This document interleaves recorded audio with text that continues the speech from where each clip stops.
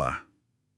Bem-vindos a mais uma conversa nossa aqui. Olá! Hoje vamos mergulhar num tema, acho que fundamental da vida cristã. Sim, que é a questão da negação e da afirmação, né?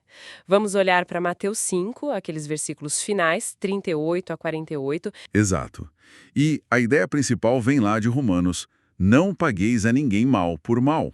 Uhum, Queremos explorar como esses ensinamentos sugerem assim uma vida de abnegação, onde não há espaço para vingança, mas sim para amor, até pelos inimigos. pois é.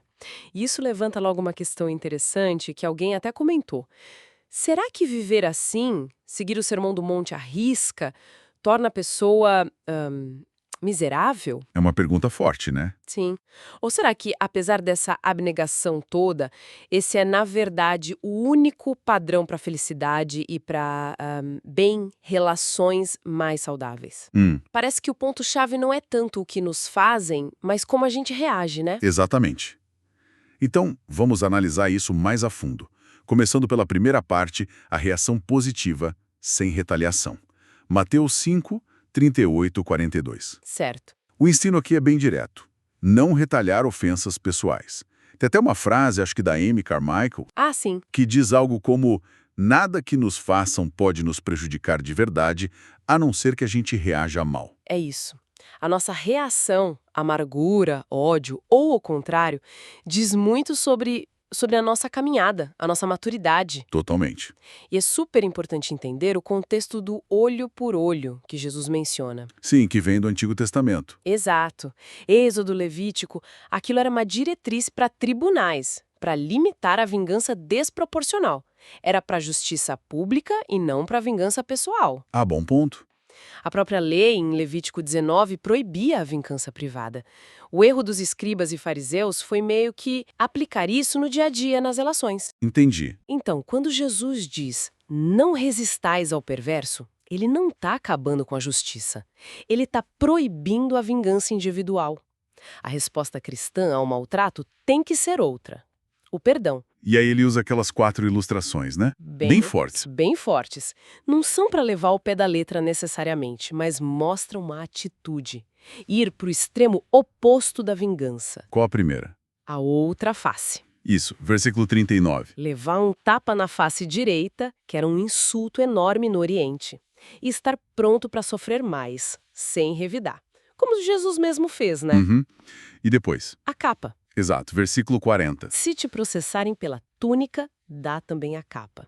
A capa era a roupa externa, essencial, protegida pela lei para não ser tomada do pobre, Quer dizer, estar disposto a perder até o que é seu por direito para evitar briga. basicamente. Disposição para sofrer injustiça material. Paulo fala disso em Coríntios também. Certo. E a terceira? A segunda milha. Ah, essa é clássica. Versículo 41. Um soldado romano podia obrigar um civil a carregar peso por 1 milha. Jesus diz, anda 2. Fazer mais do que o exigido. Transformar a obrigação em serviço voluntário. Exatamente. E a última, versículo 42, é sobre o pedinte. Generosidade. Dar, emprestar, negar o egoísmo. Mas com sabedoria, né? Não ser ingênuo com exploradores. Claro, claro. Outras partes da Bíblia equilibram isso. Mas o espírito tem que ser generoso. Interessante que um comentarista, Champlin, nota que às vezes emprestar pode ser até melhor que dar. Interessante. Então, esses exemplos mostram essa atitude de não retaliação radical. Mas não para por aí, né? Não mesmo. A segunda parte, versículos 43 a 48, sobe ainda mais a faixia. É o amor ativo. Pelos inimigos.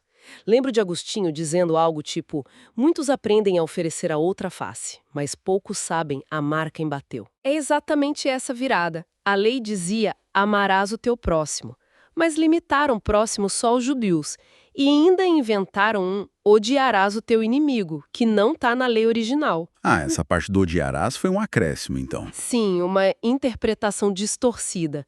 Para Deus e para Jesus, o próximo inclui todo mundo, até o inimigo. Uau! O dever cristão é buscar o bem de todos, mesmo de quem nos odeia, nos persegue, orar por eles. Temos o exemplo de Jesus na cruz, Pai, perdoa-lhes, e Estevão enquanto era apedrejado. Exatamente, exemplos máximos disso. E Jesus argumenta que é esse amor diferente que identifica os filhos de Deus, né? Versículos 45 a 47. Sim, porque, olha, Amar quem te ama, saudar só os amigos, isso qualquer um faz. Até os publicanos, os pagãos. O normal. É o normal. O que se espera dos seguidores de Jesus é o extraordinário. Refletir o amor do Pai, que manda sol e chuva para justos e injustos sem distinção. É um padrão altíssimo, só possível pela graça mesmo. Sem dúvida. E aí chegamos ao versículo 48. Sede vós, pois, perfeitos, como é perfeito o vosso Pai Celestial. Assusta um pouco, né? Perfeitos? Com certeza. Como assim, perfeitos? Bem, o contexto ajuda. E o texto paralelo em Lucas 6,36 fala em ser misericordioso como o Pai é misericordioso. Então a perfeição aqui parece ser na qualidade do amor. Ah, entendi. Perfeição no sentido de completo, abrangente. Exato. Amar a todos como Deus ama, incluindo os inimigos, um amor que não faz acepção. Stanley Jones descreveu uns níveis interessantes. Quais? O demoníaco, pagar o mal com o mal. O legal ou humano, bem por bem, mal por mal. E o cristão, pagar o mal com o bem. E ele diz que esse último é o nível do poder verdadeiro. Poder transformador, imagina. Isso. O que vimos aqui é que esses princípios de não retaliar e amar ativamente os inimigos são, bem, marcas distintivas do cristianismo bíblico. Com certeza. Dizem até que esse conceito de amar os inimigos é único dessa tradição e faz uma diferença enorme na vida de quem tenta praticar. É verdade. Fica, então, talvez, uma reflexão para quem nos ouve. Manda. Se a gente levasse esses padrões tão exigentes de reagir com perdão, com amor ativo, mesmo diante da hostilidade mais a sério, não só como uma ideia bonita, mas como prática diária, que tipo de mudança a gente poderia ver? Boa pergunta. Tanto dentro da gente, na nossa paz, quanto, talvez, sei lá, até na sociedade em geral. É algo para se pensar, sem dúvida. Que impacto teria se isso fosse mais vivido, né? Exato. Fica a reflexão.